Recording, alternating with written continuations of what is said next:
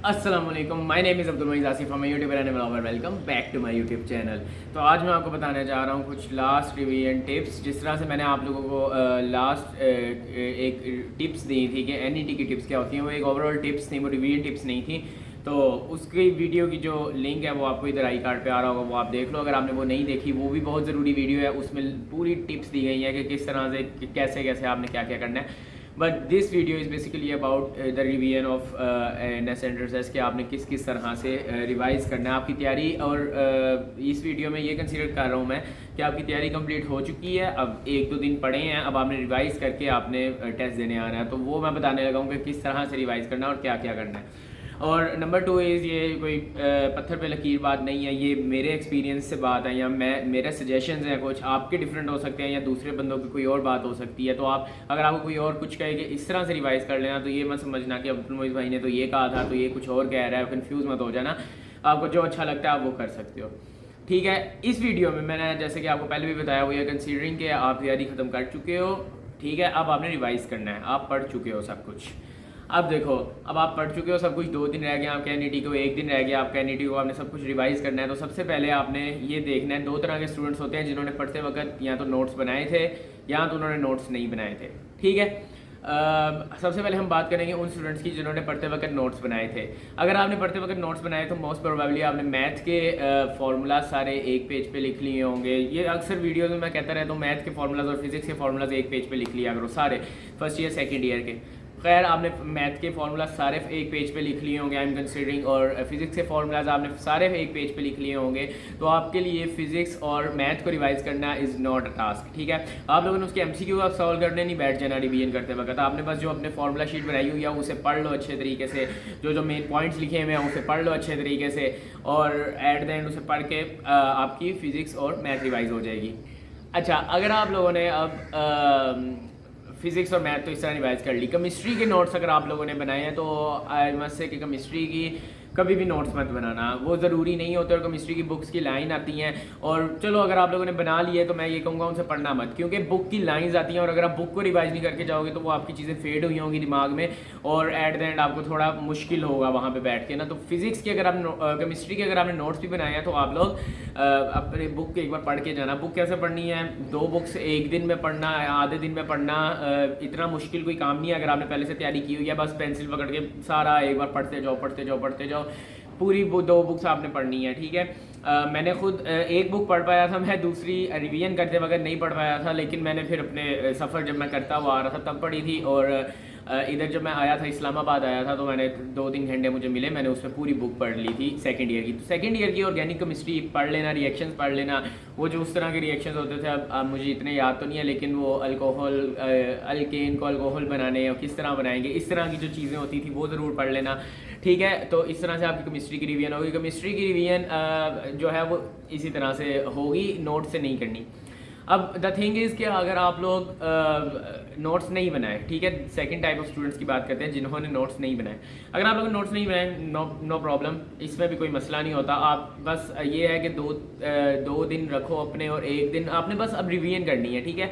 कोई फॉर्मूलाज याद करने की ज़रूरत नहीं है, कोई एमसीक्यू सॉल्व करने की ज़रूरत नहीं है, आपने बस वो पकड़ना है पेन और पेंसिल, आपने बुक्स पढ़ना शुरू कर देनी है, शुरू से एंड तक बुक पढ़नी है, उसकी लाइंस पढ़नी है, उसके फार्मूलाज देखने हैं, वो बेशक एक पेज पे लिख के याद कर लो या एक पेज पे लिख लो, ठीक है ना। अब करते हुए लिख लो बेशक मैथ और फिजिक्स के फार्मूलाज, ताकि आप लोगों को क्योंकि एट द एंड आपको दोबारा देखने पड़ेंगे, बेशक पेपर से कोई 5-6 घंटे पहले भी देखने पड़े तो देखने पड़ेंगे। तो फार्मूला शीट ज़रूरी है अब भी बेशक, लेकिन पढ़ो और फार्मूला शीट बनाते जाओ ताकि आप लोगों को बाद में मुश्किल ना हो।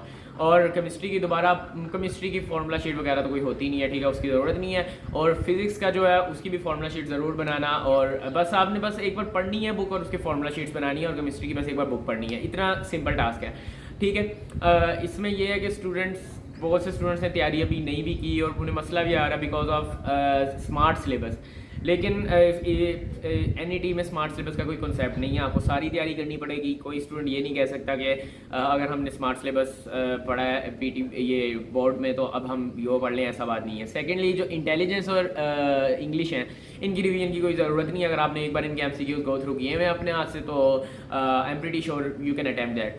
तो इंग्लिश की तो मैं तो पढ़ता भी नहीं था इंग्लिश, इवन मैंने एनईटी अपना जो लास्ट दिया था उसमें मैंने इंग्लिश पढ़ी ही नहीं थी, हाथ भी नहीं लगाई थी। तो ये आप पे डिपेंड करता है। मैं ये नहीं कह रहा इंग्लिश ना पढ़ो, बाद में आप लोगों को मोहित भाई ने ये कहा था।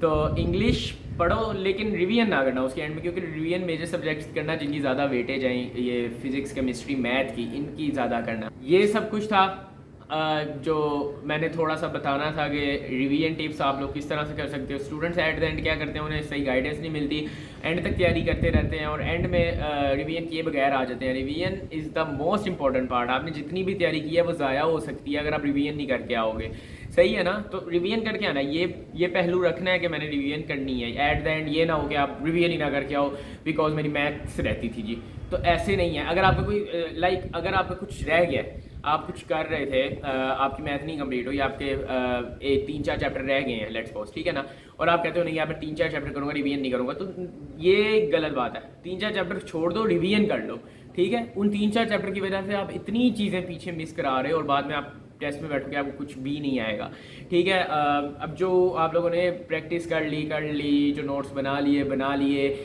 ये बात तो बस हो गई ना। अब आप ज़्यादा मेहनत करनी है आप लोगों ने रिवीजन की तरफ। अब दूसरी तरफ स्टूडेंट्स अगर कहते हैं कि मोहित भाई हमसे तो तैयारी पूरी नहीं हुई, मतलब हमने की ही नहीं, थोड़ी बहुत चीज़ें की हुई हैं, कोई कहीं से की हुई है, कोई कहीं से की हुई है, तो अब एट लास्ट मोमेंट हम क्या करें। तो यार इसके बारे में तो मैं यही कह सकता हूँ कि एट लास्ट मोमेंट आप तैयारी नहीं कर सकते। अगर आपको कोई 2 दिन में मैं तैयारी कर लूँ और सारी मुझे NET पास हो जाए तो ऐसा नहीं हो सकता। एक स्टूडेंट का मुझे मैसेज आया इंस्टाग्राम पे कि मेरा NET है 2 दिन बाद और मेरी तैयारी है फर्स्ट ईयर की मैथ की, बस इसके अलावा किसी की नहीं है। आप मुझे बता दें 2 दिन में मैं ऐसा क्या करूं कि मेरे NET में 145 प्लस आ जाए। तो मैंने उसे यही कहा कि यार ये NET में पढ़ना पड़ता है और ये कोई अली बाबा का चिराग नहीं है कि तुम हिलाओगे और कहोगे कि यार मेरा NET पास हो जाए और हो जाएगा, ऐसा नहीं होता, ठीक है। मेहनत जो लोग करते हैं वो अक्सर हो जाते हैं कामयाब इसमें। लेकिन द थिंग इज़ जो मैं आपको बताना चाह रहा हूँ, 2-3 दिन में मैंने ये आपको रिवीजन की बताई है, कंसीडरिंग कि आप लोग तैयारी ख़त्म कर चुके हो। ये मैं कभी भी इस तरह का तरीका शायद ईजाद ही ना हो पाए कि आप 2-3 दिन में NET तैयार कैसे करो। मुझे एक स्टूडेंट का ये भी मैसेज आया, मुझे पता है how to prepare NET in 6 days, और I was literally laughing at that moment कि मैं क्या रिप्लाई करूँ। बाय द वे मैं रिप्लाई सारों को करने की कोशिश करता हूँ। अगर आप लोगों को इंस्टाग्राम पर रिप्लाई थोड़ा सा लेट आता तो यार समझो मुझे भी, आप एक बंदे हो जो मुझे भेजते हो और आप ये कंसीडर कर रहे होते हो मुझे रिप्लाई आ जाए, लेकिन मुझे इधर DM पे 100 बंदों ने मैसेज किए होते हैं, तो हर किसी को रिप्लाई करना और उसके बाद रिप्लाई करने के बाद फिर स्टूडेंट की और क्वेरीज और रिप्लाई से चैट हुई शुरू हो जाती है, तो उसमें फिर और डिफिकल्ट होने लग जाता है। तो मैं रिप्लाई करता हूँ अपने फारिग टाइम में, चलता फिरता रिप्लाई करता जाता हूँ, बट मुझे आजकल मेरे पास भी टाइम नहीं है, ठीक है। तो इस चीज़ को भी थोड़ा सा समझो। और बाय द वे अगर आप लोगों को कोई गाइडेंस चाहिए, पिछली वीडियो में मोहित स्टूडेंट गाइड के बारे में मैंने थोड़ा सा कहा था, तो बहुत से स्टूडेंट्स कह रहे थे कि हमें आप बताएं मोहित स्टूडेंट गाइड क्या है। वो मैं उस वीडियो का लिंक डिस्क्रिप्शन में डाल देता हूँ, वो भी देख लेना।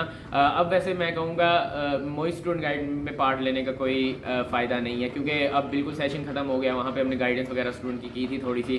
तो पर्सनली गाइड करना और टीच करना, गाइड करना टीच करने में फ़र्क है। एक स्टूडेंट मुझे कह रहा था can you please guide me, I can guide you but I can't teach you, ठीक है। मेरे पास ये टाइम नहीं है कि यार मैं पर्सनली आके टीच करूँ, आपको पढ़ाऊँ।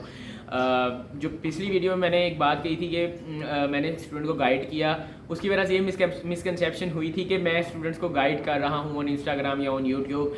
ऐसा नहीं है, मैं स्टूडेंट को मोहित स्टूडेंट गाइड में गाइड कर रहा हूँ, जिसमें मेरी एक पूरी टीम है। वो मेरे यहाँ पे बैच के हैं स्टूडेंट्स, कुछ जूनियर्स हैं, कुछ मेरिट नंबर 1 थे, कुछ जिन्होंने बहुत अच्छे नंबर लिए थे, वो सारे मिलके गाइड करते हैं, सिर्फ मैंने अकेला नहीं किया था। तो इफ़ यू आर कंसीडरिंग कि मैं इस तरह यूट्यूब पे या इंस्टाग्राम पे करता हूँ, तो इस तरह से नहीं होता।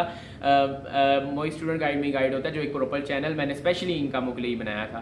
तो ठीक है यार, लाइक कर देना, शेयर कर देना, सब्सक्राइब कर देना। अगर आप लोगों को ये वीडियो अच्छी लगी है तो यार आप लोग नीचे कमेंट सेक्शन में भी कोई डिमांड है वीडियो की बता सकते हो। मैंने एक कम्युनिटी टैब में भी एक रखा हुआ है कि मुझे टॉपिक्स बता दिया करो, वहाँ पर जाकर आप बता दो, वहाँ की हर टॉपिक तकरीबन बनेगा। और वहाँ के टॉपिक का ये ख्याल रखना, इस तरह का टॉपिक ना डालना जिस पे वीडियो नहीं बन सकती। लाइक एक स्टूडेंट ने डाला हुआ था मेरे NET में इतने एग्रीगेट, इतने मेरा एडमिशन होगा कि नहीं होगा, अब इस पर मैं क्या वीडियो बनाऊँ। तो इस तरह का ना डालना, और उस पर भी वीडियो नहीं बनेगी जिस पे पहले वीडियो बन चुकी है, ठीक है। खैर बंद करते हैं वीडियो को, मिलते हैं नेक्स्ट एपिसोड में, तब तक के लिए अल्लाह हाफ़िज़।